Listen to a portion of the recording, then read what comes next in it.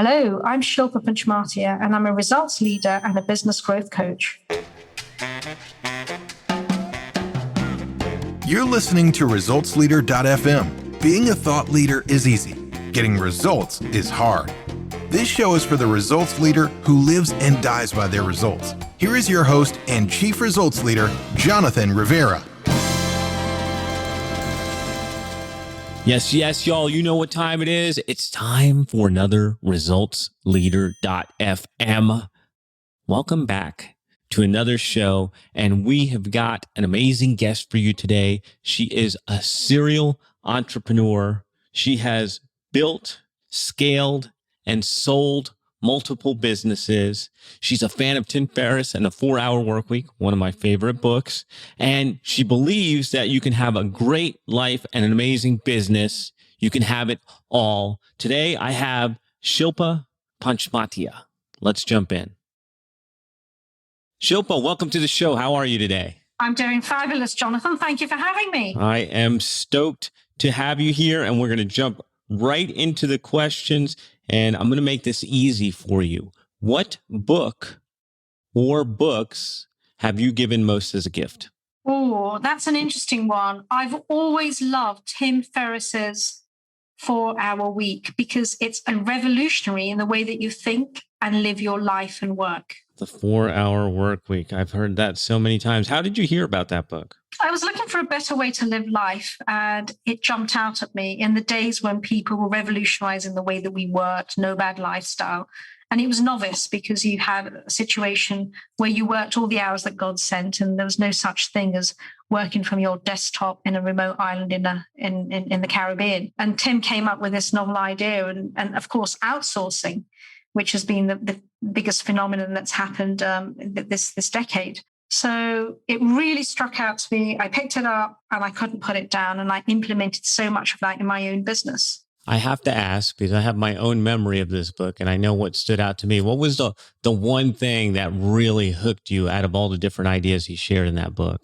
The fact that if you are productive and you have so many hours in a day and you manage them, it absolutely gives you time to do different things and live a life of contribution. It was the mindset that you didn't have to work as hard as I was doing. Yeah. For me, it was I don't remember what he called them. I think it was mini retirements, but I'm like, I got to have that. I got to have that in my life. Cool. So let's move on to one topic that I know you're familiar with, I'm familiar with, and anybody who's been an entrepreneur knows quite well, and that's failure. And what I'd like to know is, how has an apparent failure set you up for later success?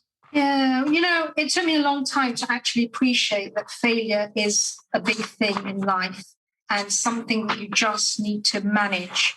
Because once you actually appreciate that failure is almost a rite of passage to success, you start embracing it. I often say to my clients, we really should have a failure party every time you fail, because it's mega that you can go through that process, that learning, and come out the other way. And I think my favorite quote about failure is from Edison, when he said, "I haven't failed. I just found 10,000 ways that won't work." Wow. It really makes you appreciate that it's no big deal if you fail.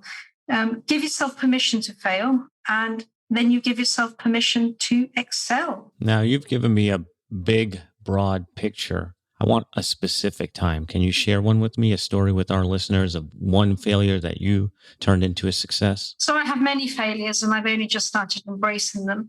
I think all my businesses started off as failures. I've bootstrapped every single business that I've started. And the first 6 months, I've always had an idea. I started at a time when you didn't have so much entrepreneurial support and accelerators and masterminds and books and resources. So it was really just me, my mind, and my passion that I wanted to do something. I started out in a tech business 20 years ago, and I just wasn't getting any clients. And I did the old-fashioned thing of picking up the phone, and we had something in England called a yellow pages, like a phone book, right? And I just literally went through that phone book and spoke to people in my local area, radius of sort of 10 miles, so I could jump in my car and go there. And I said, look, I just want to have a conversation with you. That's all. And I was presenting, doing websites with them. So that's how old I am. Gosh, I'm giving it away. So what helped me with that failure, when I was failing, I didn't have money to pay my rent for my office, to pay my staff. I had an assistant and an office manager and a tech person. I just wasn't getting the business in. Two things I did. I got deeper into my skills of what the business was. I really fine-tuned my knowledge and partnered with a different tech team that would give me a different level of support. And secondly, I kept saying to myself, there's no such thing as failure, it's only success. And a mentor had said to me that every single business that you do will take you 2 years to succeed. I mean, we all know the stats, 90% of businesses fail in the first 1 year. So I had the long thought there that, okay, I've got to keep coming back and refining my model, talking to more people, because as we know, sales is just about numbers. And before I knew it, give it 4 months, I started getting some really meaty contracts. And those meaty contracts gave me enough cash flow to sustain the business, sustain all the costs I had, and refine my model, my offering to be more successful. I flipped that business then in 18 months. So I felt very happy that I had persevered and kept going. Nice. Love it. So let's talk about investments. And what I'd like to know is, what is the most worthwhile investment you have ever made? I first took on a mentor. It was actually in those days called a life coach back in 2000. She taught me the lesson that we actually can design our lives. It's common practice today. Well, I know what I want to do, and I have a life plan, and I have a 90-day plan and a 30-day plan. But I didn't know until I had a mentor that I could take charge of my life, design my life that I wanted to do, and take charge of my thoughts. She was very expensive. Life coaching was just very new. She came from the States, and it was just a very new industry. And it was a big sum of money for me to spend as a startup business lady, but absolutely the most fundamental return that I've had on it, fantastic return I've had on it. Because years later, I think, God, that's what I said I'd do. And I go back to journals and books, and it's phenomenal that I've seen that happen. Now, how did you figure out that you needed a mentor and you needed to invest? I didn't. I'm one of those people that jumps on new fads and new ideas. I'm an early adopter. I used to get a weekly computer magazine. It was a free magazine that would come, and I didn't work in tech at the time, but I had a deep interest in it. And I would read it religiously because it was exciting, it was new, it was innovative, it was a new thing that was happening. And they talked about this concept of a life coach in it, and this is what was happening in America. And I thought, isn't that brilliant? Someone to support you and guide you and help you. I didn't have that support and guidance in my life. None of my friends are business owners, even though I come from an entrepreneurial family. They all ran a different type of business. Tech was different. And I thought, let me give this a shot. So it was almost following my intuition and following my gut feel that it would be a good move for me. Now, let's think back over the last 5 years. What new belief, behavior, or habit has most improved your life? A few years ago, I discovered Robin Sharma and his 5 a.m. club. That was a game changer for me. I like to sleep. I feel that if you don't sleep, you don't produce. And I'd rather produce good quality work than feel crap all the time because I haven't slept, because I'm on this productivity hamster wheel. I have to wake up early and work. So that was always my belief, and I would lie until I felt I had enough sleep according to my diary. The 5 a.m. club gave me structure and a routine, which has absolutely changed my life, because I wake up around 5. I spend time on myself. I exercise. I nourish my brain, my soul. I have a daily yoga practice, which I never had before. And I just feel ready for the day with my plans, my thoughts, all done before half of the population in England have woken up. I'm sitting here smiling. I love it. I absolutely love it. I am a 3:59 a.m. guy just for that reason. And so let's talk about bad recommendations. And I'm curious to know, what are some bad recommendations you hear in your area of expertise? So So I've been coaching for many, many years now, and I've seen the coaching industry change. I find that a lot of people jump on this guru, business coach, life coach, any sort of coach, so many niches now. And I find that a lot of people complain about the number of coaches and the lack of quality coaches that are around, because it's become very popular to have a program, to have an accelerator, to have a platform and be taught business knowledge, often by people that never run a business. But yet they're very popular because they now have a platform to sell their products on. And that's probably the biggest complaint I hear in my sector. Gosh, you and I haven't spoken before this, and I want to make that clear so the audience knows. So you have never heard me say that this show is the antidote for thought leadership. And that's exactly what I see going on out there is people haven't done it. People haven't lived it. The 20-year-old telling you how to live your life. I don't even get it. It gets me fired up. All right, I know you were getting into that, and we were just about to get into my favorite part where we talk about results. But first, I want to ask you a question. Are you picking up what we're laying down on this show? Are you digging what we are sharing?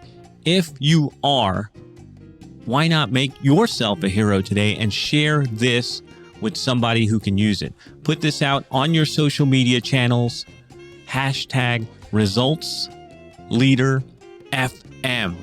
I'll be out there looking for you, and I'll make sure to boost it up too when I see you. Now that we've got that out of the way, let's jump back into the interview.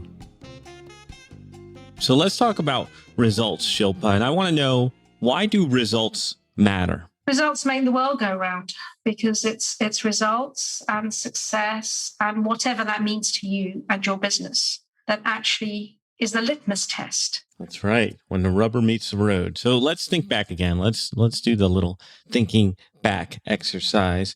And tell me, in the last 5 years, what new realization has helped you get better results for your clients? It's something that I've always read about, talked about, and teach a lot now, but it changed my life, and that was to do less. So we talked about Tim Ferriss earlier and his revolutionary book. But of course, I hadn't implemented all of that because I was still growing and learning and going through my businesses. But the last 5 years, I've certainly implemented it. And I absolutely do what I have to do, delegate it or ditch it. And it doesn't sit on my desk or on my to-do list or psychologically sit in my head. It's just flow in business. And that was the biggest change for me. That's huge. So huge. No, man, we can talk about that forever. But let's talk about your business. Let's talk about you. That's what we're here for. What area of your business would you like better results? So I started my business just completely and totally based on recommendations. I'd sold my agency and I sort of semi-retired, but not really. And I got asked by a Google agency to help them put in a Facebook platform because they were great. They were selling great Google ads, but they didn't really have any opportunity of selling Facebook ads. We put in a whole platform for them and a whole division. And it kind of snowballed from there. And I went to have coffee with an old colleague of mine. He said, "Oh, you did that?" He said, "Well, no, I play football with my school friend every Monday, and he runs an agency, and he would love it if you gave him a new revenue stream," because that's effectively what it was. And then before I knew it, I was getting asked to go and work with people on this basis. But then that expanded. Before I knew it, I was doing something called business coaching. I'm a trained coach, but I'd sold my coaching business many, many years ago. And I didn't really think I would come back into coaching in this manner. But I've come back more as a consultant, mentor, not just a coach in the pure sense of the word. And I would love for business to carry on like that you don't have to go and find leads. They just come to you organically. So I perfected it 2 years ago, and I seem to have lost the knack of it. And maybe it's because I don't meet enough people now, or there has been a pandemic and we're not front of mind. Yeah. Okay. So what results are you most proud of? Starting, scaling, and selling 2 businesses and failing at 6 because the knowledge, the sheer expanse of trying it and knowing about that industry has just given me an elevation of knowledge that's I haven't been able to shake off. I can have conversations with many people and they'll discuss something with me, a project or an idea, and then they'll go into the details of that. And I have to sort of say politely to them, actually, you know what? I know all about that because I've started a business in that. And they'll look at me in disbelief. Wow. So we're coming up to the final question. And this is where I turn it over to you and say, Shilpa, do you have any parting thoughts for the results leaders out there? Yeah, so I have a little bit of a spiritual thought and share that I like to share with people. But it really makes sense to me. And it's a message to business owners that I always say you're unique and unforgettable. And there's only one of you in the world. And that should really make you beam. So feel that beam. You have the power to bring light into someone's darkness. So embrace who you are. Love yourself fully and never apologize for doing what makes sense to you. Love it. Love it. Love it. So I know that our listeners will want to hear more from you. So where can they go? I'm easily available on the internet. Shilpa-p.com is my website. That's SHILPA. Instagram, Twitter, Clubhouse. My handle is at Shilpa TV, that's SHILPATV. And the place that I most hang out is on LinkedIn. There's only one Shilpa Panchmatia in the world. So if you Googled me, you would find me. Not only that, but of course, we will have links in the show notes going back to you to make sure that people can find their way back to you. Shilpa, thank you for being here. Thank you for sharing with us today. And results leaders, thanks for tuning in. Another one is in the can. We'll be back with you next time. That is a wrap for another edition of ResultsLeader.fm. If you are out there getting results for your clients and you want to be featured on the show, go to ResultsLeader.fm now and apply to be on the show. And if you love what you're hearing, share the show. Give us a rating and review. Do anything to help us get the message out there. Thought leadership is easy, but results leadership is hard. This is thepodcastfactory.com.